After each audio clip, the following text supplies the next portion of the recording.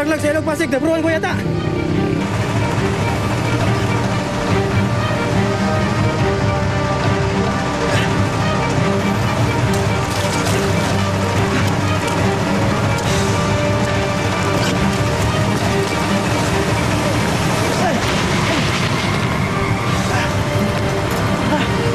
Darwin!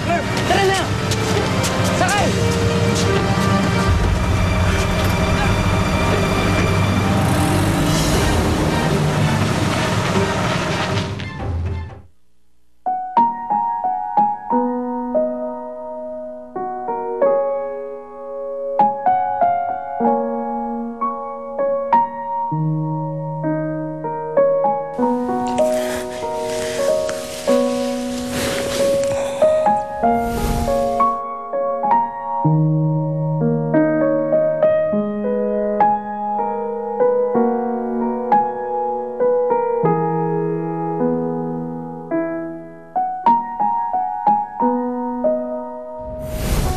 I miss you, Mommy.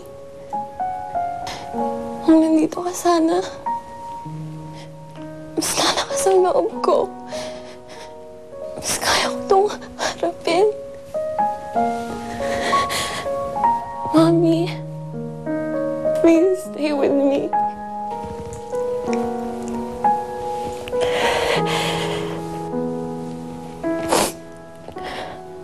Huwag mo ako pababayaan.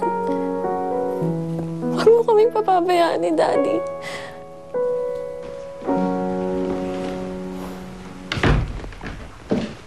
Rico? Drink this, oh. Mapakalma lang.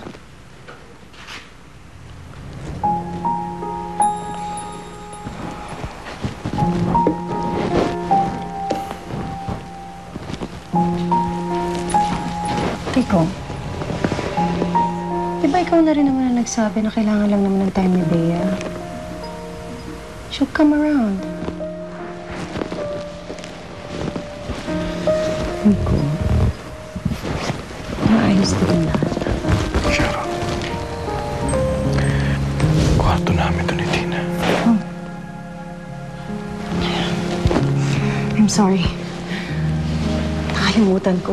Hindi ko nga pala lugar to. Dapat hindi ko ginawa yan. Please don't say that. Don't say that. Napakarami ko lang iniisip. Si Bea, si Julia, ang sitwasyon natin. Rico, alam ko naman na magulo. Mahirap to. Pero hindi mo naman kailangan pagdaanan itong mag-isa eh. Hayaan mo kung samahan ka. I'm just here for you.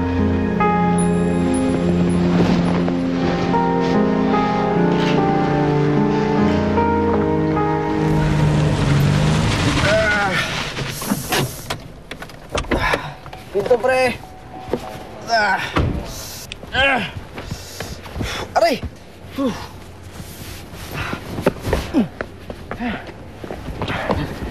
Bihira. Ate mo. Darwin! Ano nangyari sa'yo? Akala ko magigimik lang kayo. Sabit kami, ate. Nabol kami ng pulis. Pulis? Anong pulis? Sabi mo magigimik lang kayo. Ito na nga ba sinasabi ni Mami eh. Pati ako madadami sa kalokohan mo. Ano ba yan? Sorry. Ate, sorry na, sorry. Gusto mo, dali ka namin sa ospital.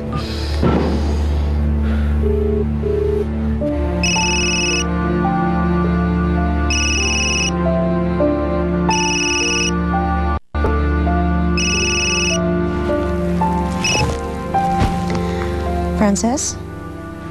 Mami, dadaling ko lang si Darwin sa ospital ah.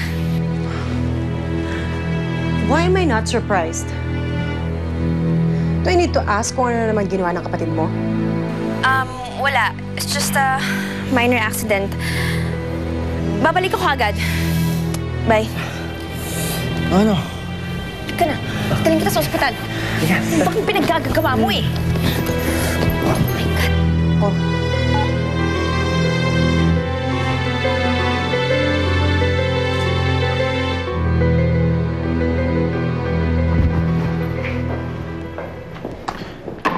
Sharon!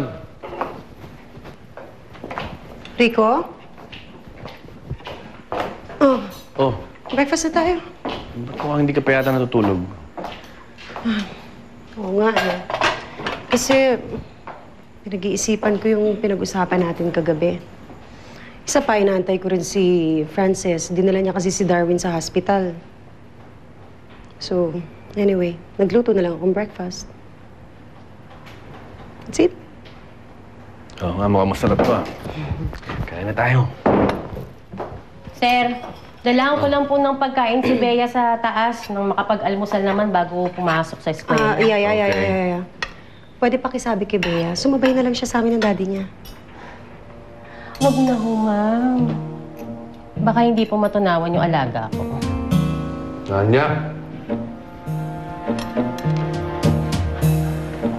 Oh, hindi ka nakakain, darling?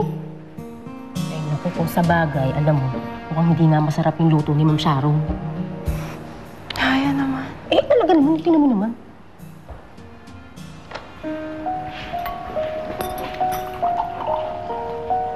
Bea, join us. Let's have breakfast.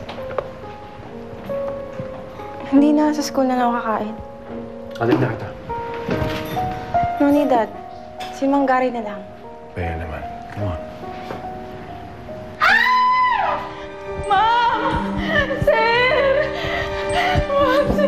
Si Julia po. Bakit? Si Julia po. Ano nangyari? Ano nangyari? Ha? Naku, Bea, mukhang inaagaw na ng bubwit na yun yung daddy mo. Ako, pwede yan.